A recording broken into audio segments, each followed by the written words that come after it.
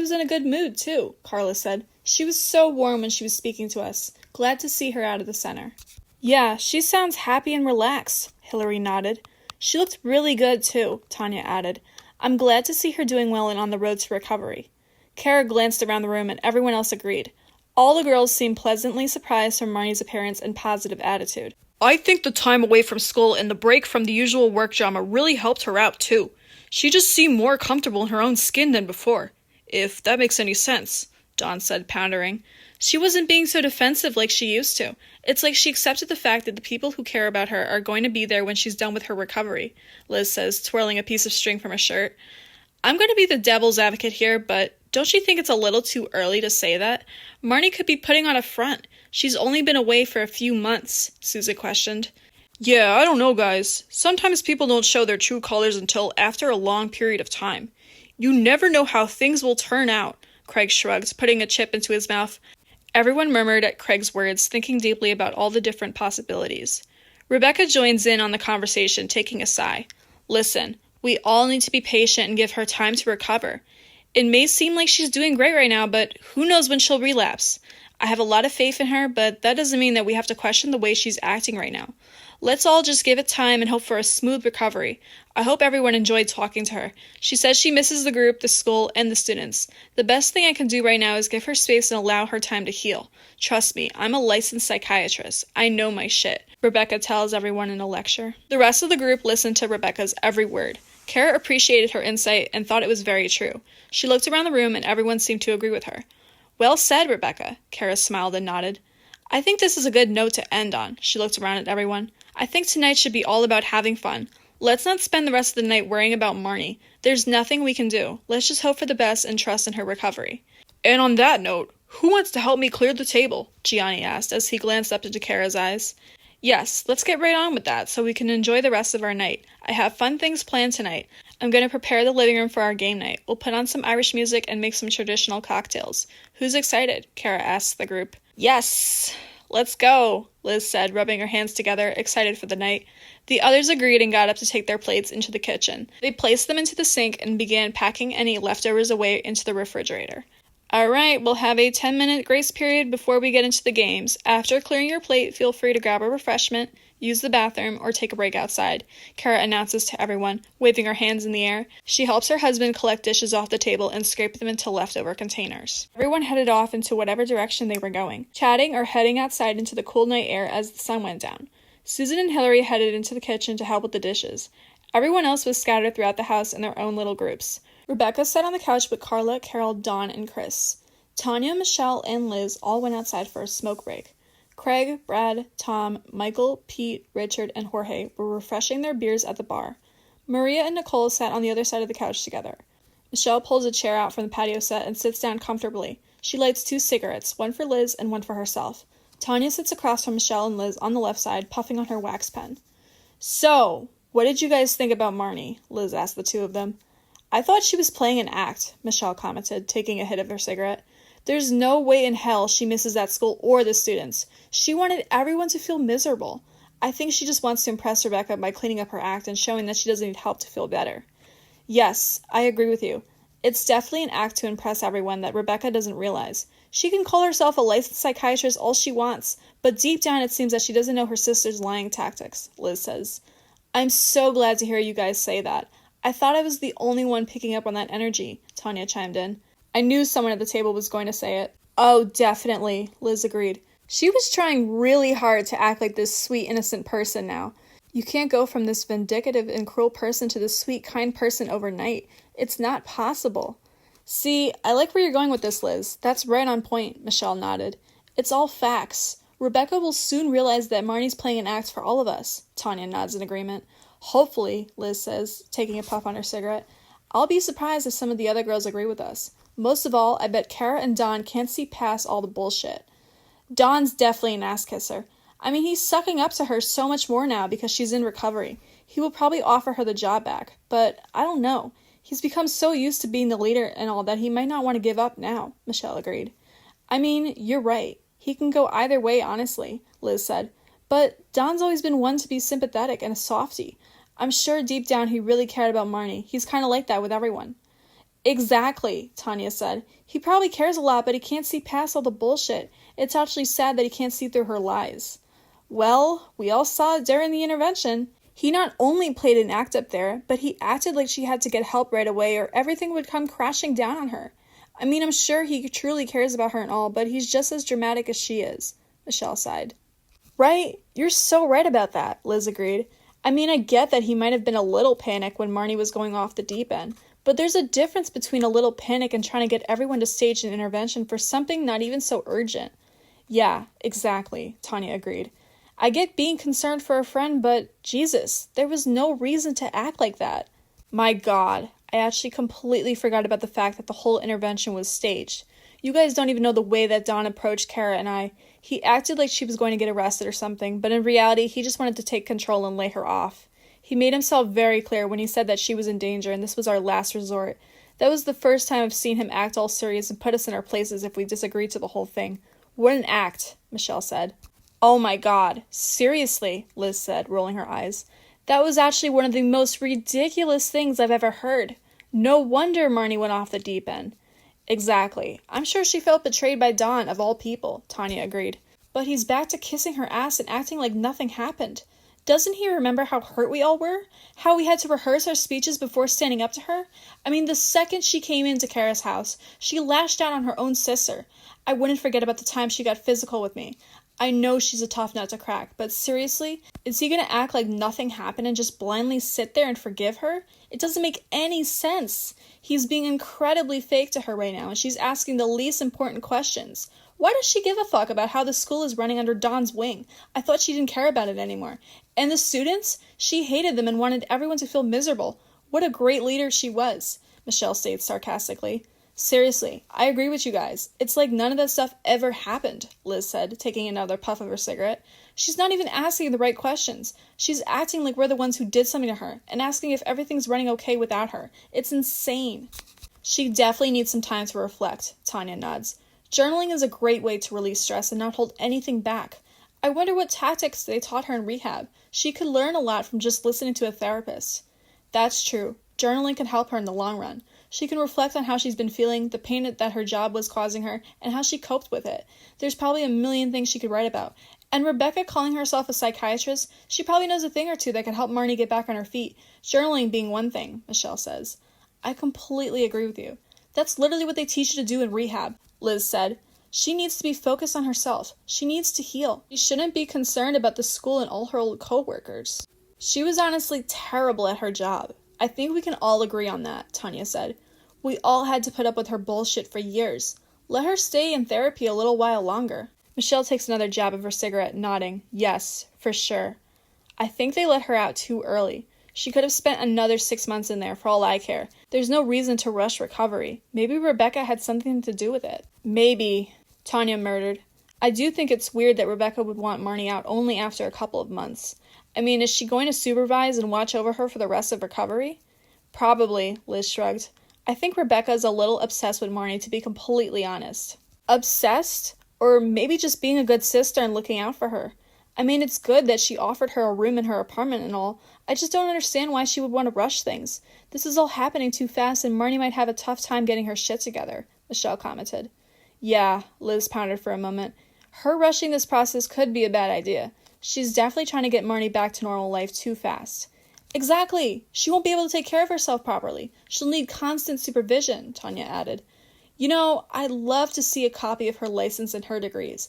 I'm not believing this psychiatrist act until I see something. Things are not adding up, Michelle nods. Liz and Tanya glance at each other, laughing. Are you trying to say that maybe she's lying about being a licensed psychiatrist? Liz asked. No. What gives you that idea? Michelle purses her lips. Michelle, we both know what you meant by that comment, Tanya told her. Yeah, we know by the look on your face. You're questioning the credibility of her license, Liz said, taking another puff of her cigarette. You know, I'm not trying to be rude. I'm just being honest, Michelle defends herself. Well, you're kind of being rude, Liz said. Yeah, you've been questioning her license for the past few minutes, Tanya agreed. I just hope that Marnie gets the right amount of help. It really doesn't seem like Rebecca is the right person for the job, Michelle shakes her head. Yeah, Liz says. I still can't wrap my head around the fact that she's trying to act so sweet and innocent. It's so weird to me. Me too. I think she's being extremely manipulative, Michelle says. Liz takes a sigh. Well, I think we should get back inside. You know how Cara gets antsy when it comes to activities. Yeah, we should probably head back. Michelle crushes her cigarette onto the table. The three of them stand up from the patio and make their way back inside. When they return, Cara and Gionni are moving furniture around to get ready for the game night. Game night was of course optional for those who wanted to play, but Cara wanted to have everything set up ahead of time. When they come back into the house, Cara is setting up the bingo game on the dining room table. She has the beer pong set up in the kitchen on the island. The gold toss game is set up in the middle of the living room facing the fireplace. Cara claps her hands together to get the attention of the group. Alright everyone, feel free to play beer pong, bingo, or gold ring toss. I have a game of dice if anybody wants to play, she calls out to the group. First ones to move were Liz and Tanya. We'll play the beer pong, they said, heading to the kitchen to fill up their cups with beer. Michelle and Nicole decided to watch Tanya play. They knew she was really competitive when it came to beer pong. The boys of the group, Don, Craig, Brad, Tom, Michael, Pete, Richard, and Jorge, all decided to play the drinking dice game. Meanwhile, Susan, Hillary, Rebecca, Maria, Carol, Carla, and Cris all decided to play bingo. Cara insisted on hosting. They gathered around the dining room table with the cards placed in front of them, ready to play the game. A few rounds of games had gone by and everyone was starting to buzz. Some were more drunk than others, like Tom and Craig. They were already pretty wasted and they weren't even keeping track of the scores. Everyone was getting a bit rowdy. The kitchen had a bit of a crowd over by the beer pong table. Some were waiting for their turn to play and some were just watching the games go on. Liz was getting a bit tired of playing and the guys weren't doing so hot. Liz walked over to the area where the rest of the girls were sitting. She pulled up a chair next to Maria and Nicole. Tanya had already won 3 games of beer pong against Liz. Michelle was now playing with Tanya. Don and Michael were next. Shit, she plays rough as hell out there. Liz wiped some sweat off her face. Yeah, she's no joke when it comes to beer pong, Nicole chuckled. She's always been very competitive. I'm sure that's why all the girls find her so attractive. That's a very good trait for someone to have, Liz agreed. Over on the dining room table, the bingo game has been very mellow and calm compared to the beer pong game. The girls are casually talking and filling out their cards and drinking their beers. Liz let out a sigh, fanning herself. Man, I'm feeling a little buzzed now. I'm getting tired of beer pong, honestly, she shook her head. Well, we knew you never stood a chance against Tanya, Maria teased her. You can say that again. I don't know what the hell I was thinking. Look at Michelle. I'm sure Jorge is getting a kick out of watching her. She's beating her ass. Liz pointed over to the counter. Liz and Maria turned their heads over to the game of beer pong. Michelle was getting absolutely destroyed, and Tanya didn't even look like she was breaking a sweat. Over at the gold toss, Pete was having a terrible time of the game. He was extremely drunk and was missing a lot of goldfishes into the different cups. Every time it was his turn to toss, he missed. Richard laughed at him. My God, man, just give up. You're absolutely terrible right now. Hey, don't laugh, Pete drunkenly yelled. I am not terrible at playing this game, okay? I'm gonna make my next shot. He pointed his finger at Richard, trying to sound aggressive. Gionni stood next to them, chuckling loudly. You two are hilarious, he says, pointing his finger at them. He continued to watch as Pete kept missing all of his shots. Richard was laughing and spilling beer all over himself as he watched Pete lose over and over. Want to take a shot at me, bud? You don't stand a chance. Richard's brows furrowed together as he glanced at Gionni. Pete forfeits the game, walking away in distress. Oh, really? Think you're so tough, huh? Gionni said with an eyebrow raised. Richard smirked. Oh, yeah, definitely. I'm the best player in the room. You don't stand a chance against me. He stood up straight, fixing his shirt, trying to act confident. It's on, man. Let's go. Gionni snaps his fingers together, walking over to the game. Yeah, bring it on, Richard smirked. Gionni and Richard stood up in front of their goldfishes. Gionni grabbed his goldfishes and took aim towards the target cups. Gionni tossed his goldfishes, making all 3 into the cups. There you go, Gionni smirked, pointing to the cups. Richard stood there with a blank expression, shocked that he had just been defeated. Everyone around the gold toss game cheered and hollered for Gionni. Even some of the girls from the bingo game had cheered for him. Pete slapped Gionni on the back. Nice job, dude. You really just beat the crap out of Richard. Cris had won at bingo. The entire table cheered for her as they all sat around the dining room table. Cara was filling in the correct numbers and checking her card over. We have a winner for bingo tonight, Cara grinned. Yay, Cris grinned. I can't believe I actually seriously won. Everyone in the room glanced over to see Cris sitting at the dining room table, clapping and raising her hands in victory. They all clapped for her and congratulated her on winning. Cris jumped up from the table cheering. Cara placed the crown on her head. "Congratulations, Cris," she said, giving her a high five. The girls around the table all cheered and whooped for her. The boys looked like they were having a great time with the drinking dice. They were all wasted and laughing. The game was getting intense, and the dice had been passed around a bunch of times. Tom and Craig were the ones that were struggling at the moment, taking one too many sips to keep up with the other boys. Michael and Don were killing it at the drinking dice. They were keeping the game along and taking sips like it was nothing. Tom was the one who got screwed with the drinking for most in a row. He groaned. He was absolutely drunk at this point. "Ugh, I think I drank a little too much," Tom groaned, laying his head on the table with his eyes half closed. "Oh, come on! It's not over yet! You're barely hanging in there," Don chuckled. Tom let out a hiccup. "No, I can't do this right now." After the bingo game had ended, the remaining girls all headed to sit on the couch. Cara was giggling at the boys playing the drinking game. Don wanted to keep going, so Gionni decided to join in on the fun and give Tom a rest. As the game continued for a few more minutes, the rest of the boys, Craig, Brad, Tom, Michael, Pete, Richard, and Jorge, all decided to chill on the couch as well. Maria, Nicole, Liz, Tanya, and Michelle were also all worn out and decided to sit at the counter for a break. Cara noticed everyone was starting to settle down and offered them glasses of water to hydrate after they've been drinking so much. People began sipping on their water and catching their breaths. Michelle had been drinking pretty heavily the entire night and was a little more buzzed than the others. She was watching the guys play the drinking game from afar with a sly smile on her face. Don and Gionni were still going, taking some shots and laughing as neither of them were drunk. Craig let out a sigh as he slumped onto the couch. "I don't think I can drink anymore." Pete nodded. "Me neither. I already feel drunk as hell." "Does anyone want to head over to the photo booth for some pictures?" Cara asked the group. "Or we can just do something relaxing, like listen to some Irish music," Cara suggested. "I think a few of us are already too drunk," Michelle said with a giggle. Maria nodded. "Yeah, I don't think we can handle that." Cara hangs her head. She didn't expect for her friends to be this wasted. Okay, maybe we should just cut the night short then. If you'd like to leave, I could arrange to pay for Ubers. If you want to stay, then I can figure out something else for us to do," Cara says, looking at the ceiling and trying to figure out more options for everyone to participate in. "I think we should just relax, honestly," Don chimed in. "I don't think we need any more activities right now. We just need to rest." "Yeah, sounds like a great idea," Hillary nods. Everyone in the group seemed to be okay with sitting down and relaxing for a little while. Cris, Liz, and Susan, being the least wasted amongst everyone in the group, decided that they wanted to head over to the photo booth. Cara leads them into the family room where she had just set up a backdrop filled with balloons and streamers. To the right side of the backdrop, she had a props bin. The girls scattered and picked up some props they wanted to use for their photos. Cara stands by the camera, getting ready to take a few shots of the girls. The girls sat on stools that were placed in front of the backdrop. Cris had picked up a couple of green clover glasses for everyone, and Liz was fixing her hair and checking her face in her tiny mirror. Susan was searching through the prop box for something to use when she stumbled upon a headband with clovers on it. Her face lit up as she reached for the headband and held it up to her head. The girls all stood in front of the backdrop, smiling as Cara began to take a few pictures. She snapped a couple of group photos and then began capturing solo shots of each girl. Liz, Cris, and Susan posed with their favorite props, and Cara laughed as they made funny faces and tried to get the camera's attention. Liz smiled and posed with her favorite props, a big clover necklace and the green clover glasses. As the camera flashed, she struck her best pose, making cute faces with the glasses on the edge of her nose.